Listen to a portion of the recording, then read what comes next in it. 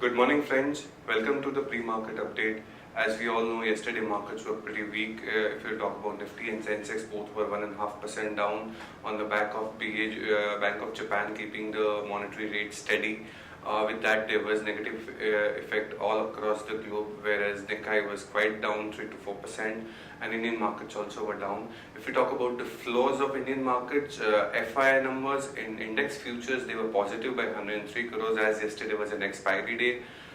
With the cash segment, they were positive with 120 crores, whereas on the other side, domestic investors were negative by 416 crores. Now, if you look at the global markets in terms of European markets, CAC, DAX, FTSE, all the three were flattish in nature, closed on a flat note. Whereas in the US markets, Dow was down by 1.2%, whereas S&P 500 was little down, 0.9% down. So with that, what we believe is because of the global volatility and the action taken by Bank of Japan, I think there could be volatility today also in most of the global and Asian markets. With that, what we've seen, the initial cues, SGX Nifty is down 34 points, whereas Hang Seng is down around 1.5%. Shanghai is flattish. Nikkei, something fortunate, the market is closed for the day. So with that, what we believe is it would be on a flattish or a little downward note opening. With that, we'll understand what are the derivative updates. Good morning, friends. Early analysis on derivatives. Yesterday being the last trading session of the April series, we did saw Nifty opening up with a positive bias, and thereon it tried to inch higher and go past the 8,000 odd levels. But since 8,000 call option have been quite active, and since it was the highest in terms of open interest, and we did saw significant amount of call writing taking place in 8,000 call option, and due to which Nifty did took resistance around that level, and after that it inched lower and slowly and steadily in the middle part of the trade. Soon after the opening of the European markets and post lunch, we did saw Nifty nosed into the negative territory and showed a sharp decline, and eventually it closed with a loss of around 1% at 7895.30, while the spot Nifty closed anywhere around 7850 odd levels. So we did expect the expiry to come above 8000 odd levels. However, we went wrong over there, and expiry was anywhere around 7850 with a loss of around 1.5 odd percentage, which was been witnessed in yesterday's trading session.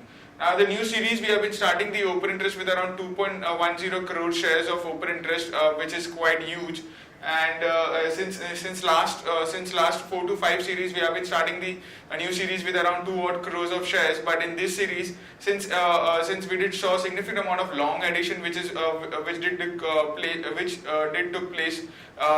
the April expiry, and starting the series with around such an healthy open interest, indicating majority of the long position have got carried forward to the next series also. While the cost of carry was decent enough, around 8 odd percentage, it was quite healthy. That is, Nifty starting with a premium of around 48 odd points, and put call ratio, after a long time we have been starting the put call ratio above 0.90 odd levels at 0.92, and in yesterday's trading session, volatility index was more or less same of 16.60 odd levels. To give you an highlight of the rollover activity, we did witness very high rollovers, whether being in Nifty, Bank Nifty, or market-wide rollover. In Nifty, the rollover was at around 74 odd percentage, while if you compare with the last series, the rollover was only around 63 odd percentage, and the 3-month and 6-month average rollover is anywhere around 68-69 odd percentage. So rollover of 74 percentage is quite huge, indicating a majority of the long position which was been built in the April series have got carried forward to the May series also. While the Bank Nifty rollover was also quite high at around 75 odd percentage versus 67 odd percentage, indicating here also we have seen a long rollover. While market-wide rollover was also high at around 85 odd percentage compared to 81 odd percentage which we have seen in the last series. So all in all, we have been witnessing long rollovers in the next series. Since the open interest of Nifty is quite high, so we can expect some kind of a profit booking in the start of the series. But for us, since we have been seeing majority of the long position which has been carried forward are by the stronger ends of the market participants, and that's by FIs. If you also compare the rollover of FIs, long position and short positions, they have rollover. Majority of the long positions, that is around 90-95% of the long position, have been rolled over to the next series. While on the short positions, only 50-55% has been rolled over. So majority of the long position which has been rolled over have been formed by the stronger hand. So can expect some kind of profit book in the start of the May series, but thereon it's a buy on dip kind of in market, and it's a good opportunity to create long at every dip. The sector-wise rollover, majority of the sector have seen a high rollover compared to the last series, as we did witness a significant amount of a rollover in the market-wide rollover also. So apart from reality and telecom sector, we did witness a low rollover compared to the last series. Majority of the sectors did witness a high rollover in it. The options activity, 8,200 call option is the highest in terms of open interest for the May series, followed by 8,300 strike price, while in put option 7,700 strike price is the highest in terms of open interest, with followed by 7,800 strike price. There are no securities in buying period for today's trade. In yesterday's trading session, FIs in index futures were net buyers by 103 odd crores. Index options net sellers by 405 odd crores. Stock futures net sellers by 1,352 odd crores. And stock options net buyers by 128 odd crores. On the market level, for the monthly range, our monthly straddle break-even point for 7,900 call input comes to lower range at 7,636 and higher range at 8,164. ASX Nifty is trading negative, taking negative cues from the international markets. It's down anywhere around 28-29 odd points, quoting at around 7,881, indicating some kind of negative opening can be expected in the morning trade. That's it from derivatives. Thank you. Now we'll understand the trading ideas of the day. The first trading idea of the day is Jindal Steel and Power at CMP 74.70. JSW Energy Power Plant deal with JSPL hits a roadblock. Action to be taken is short JSPL, stop loss 76, target 72, 70. Only one idea of the day. With this, we'll understand the news updates of the day. ITNL in advanced talks to sell 2 road assets. Government has invited bids from merchant bankers to assist in its stake sale in Oil India, NFL and RCF. Parag Milk Foods and Schreiber Dynamics gets approval to export cheese to Russia. Dabur to invest 250 crores to set up plant in Assam, as Dabur has posted good set of numbers yesterday. Government proposes to ban household paint with high lead content. Lupin launches Methergin brand in US. Drug makers markets 5 brands in this market.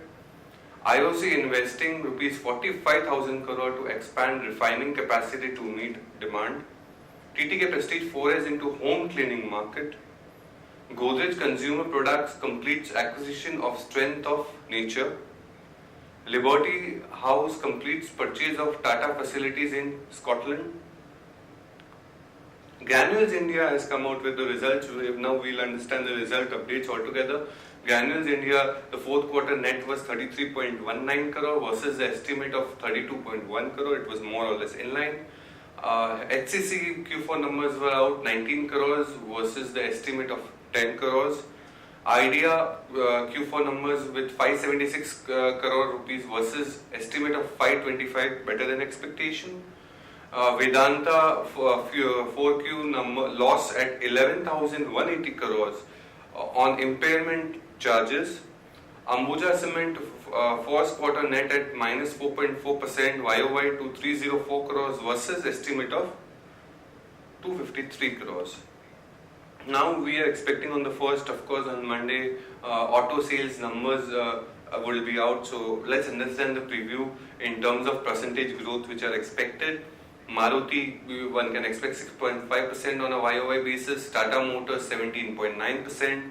Mahindra & Mahindra 22.1%. This would be tractors, whereas Mahindra & Mahindra Automobile would be 22.1%. M&M Tractors, beg your pardon, this is the tractor one. M&M Tractors would be 15.5%. Escorts at 20.9%. Ashok Leyland 30%.